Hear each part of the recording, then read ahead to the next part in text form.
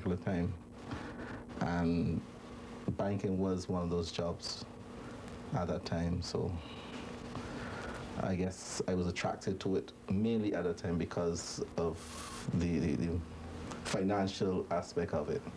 Right? I was born in St. Peter, and we came from a very poor family, and there wasn't any question when you came out of school of thinking about going on in education. The thing was to come out, get a job as quickly as possible, and help yourself, your family, and that type of thing. And that was the main object at the time.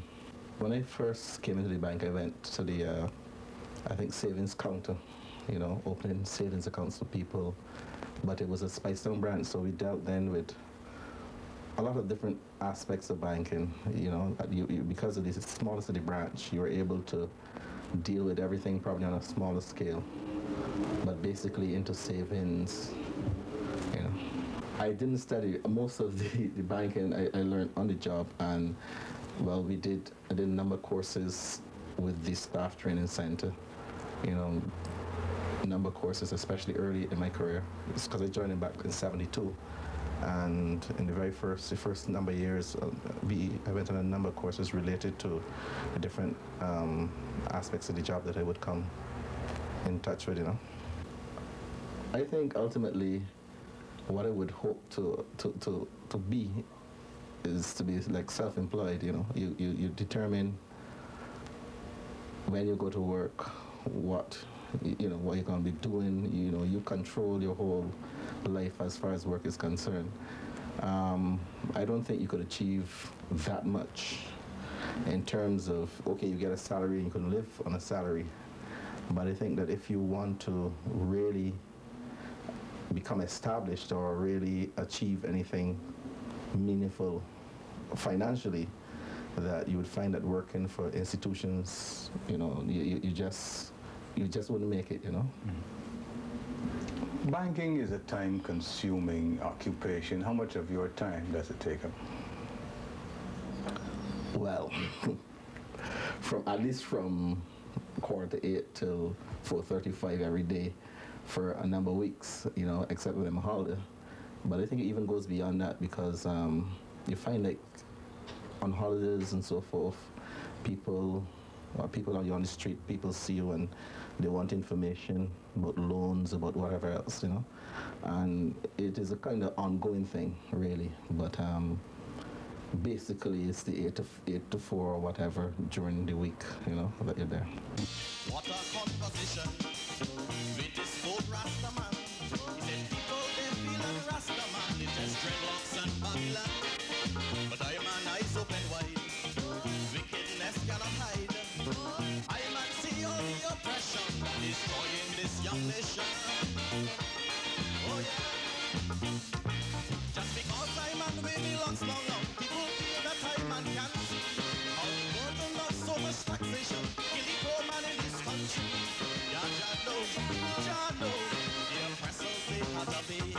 When my Jah come to meet up with them and free them on judgment day. I remember, could have been, it would have been many years ago, when I was living back in my quarter, St. Peter. We had a little jukebox down by the Strikers, it was, and I always remember going down there. I don't remember what year the song was, but there was this calypso that used to be very popular. Something like some of them could read and spell and can't pronounce at all, and that used to be one of my favorite calypsos. And I was kind of interested there. I liked the songs, and I used to listen to Ready Fusion and so forth at that time, and but in the local calypso and competition as such, it could have been around 1978 or so, listening to the local competition and listening to people like Lyre and those guys. I was really, I thought, I became very interested in the whole aspect of it, and then I decided that I would take a chance in 1980 and see if I could make a contribution. So how did you go about getting into it then? Well, I was working with a group, because I used to work with the Vibrations band on the local hotel scene, and when I used to do calypsos like from Trinidad and so forth, and maybe 1 or 2 local ones. So I was already into the swing of singing and performing this type of thing. And it was just a matter of, we decided, I think Hazel Carrington was the manager of the band then. We decided we would record a song, which I wrote, and get ready for the competition in 1980. It was a lot of fun. We had, I think, I started with Grainer was in my tent at the time. We had a little tent called the Spotlight Tent, and we used to go from village to village, performing. We started to rehearse down in St. James, somewhere a little house down in St. James, and it was a lot of camaraderie was in place at the time. It was Larry, he always used to be telling me, like, do this, don't do that, do this, don't do that, and I think Lord Wilson, he was the manager of the tent. And it was really, at that particular time, they actually performing up to, I think preliminaries where we went to the Drill Hall. And I think I had a very good performance at the Drill Hall. And all along, the support there from the crowds were very small and so forth, but it was there was that acceptance for the level and where I performed at that particular time. But however, moving on from the preliminaries then to the semifinals, and then finally, I think the non-acceptance came after I had won, I think there was even some support for me during the competition, but I don't think that people really were supporting me to win the competition. When I went into Calypso, when we met with the town tents as such, because there was this tent which Gabby had, which was very popular, and the majority of people used to support this tent, and there was a wide feeling too that the most or the best of the Calypsonians and so forth were coming from town. Also, the song which I had recorded was not given any real airplay because people thought it was a bit, it offended certain persons. And we had some very popular tunes at the time. One was Viper's Ting Tong, and I think Lyre had a very popular song. And it was Playboy, Going to Jail. There were a number of very popular calypsos on the radio at the time. Invader had a very popular song as well. So I don't think that, except for the few people that I performed for during the tents and so forth, many people didn't know of me. And then coming into the competition, it was like I was supposed to be a dark horse. I wasn't even considered or I expected to win. And I believe that when people go rooting for their own people and the results come back and it's not like the way they expect it, then you get all this type of thing going down. So that was one of the main reasons. Then after that, there was a lot of talk about me being a banker and so forth and having bought the crown and various types of things that Bajans would like to, they like to say because they like to pull you down. I think I get this impression that Bajans are people, they always tend to look for negative things, and that was one of the, that was the whole thing. So it became very difficult because being then after it won, being not accepted is like you have to go, and where you go, the people they say these dirty things to you, and you have to live a whole year with that, and it's not easy. Sometimes it's better not to win than to have to go through that type of torture, if you can call it that. Tell them judges hurry, tell them I can't wait. Tell them judges hurry, that it's getting late. Come tomorrow, see me jobbing in the streets. Come tomorrow, I'll be wailing in the heat. This is too much pressure, gone up to my head. Someone call a doctor, I feel like I gone dead. I hear people screaming, shouting for Black Pond, everywhere proclaiming a new king is born. There's tension in the air, tension everywhere, and the judges, they taking their time.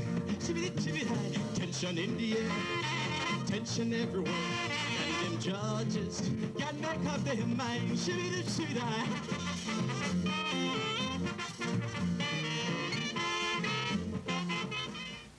Initially, it was pretty harsh, but I think that I was arrogant enough any time to to ignore or to be just as dirty when I wanted to be, and I think maybe the person I was at the time, it was not as difficult. I think maybe now, you know, maybe even more, it would be more difficult for me. But being young and, you know, arrogant, like I said at the time, I just took it in stride and dealt with it. Because I felt that I had good enough material to win, and I didn't make the decision. The judges made the decision, right? And that was it. I couldn't do anything about it, you know. So that was the position. The people that they were touting as possible winners, I didn't think that they had. If I felt that if they had the combinations, or if they had performed to my mind to win the competition at that particular time, and I had felt that they had been cheated, well, I guess I would probably have felt a bit badly about it. But I thought that my material was good enough, and I thought that it was a fair decision. So I didn't have to worry too much again. You know, I just said, well, if you feel that type of way, if you want to feel that it's because you don't understand, or, you know, because a lot of people pretend that they understand system of judging and so forth. Because I remember there was this misconception at that time that you had to have one fast song and a slow song. So some people would say, well, you had 2 slow songs and that type of thing. But a lot of these mix now are, you know, out of the way. People don't deal, you know, they're more knowledgeable as far as what the competition, what is expected in the competition. So, you know, not many problems again as far as that's concerned.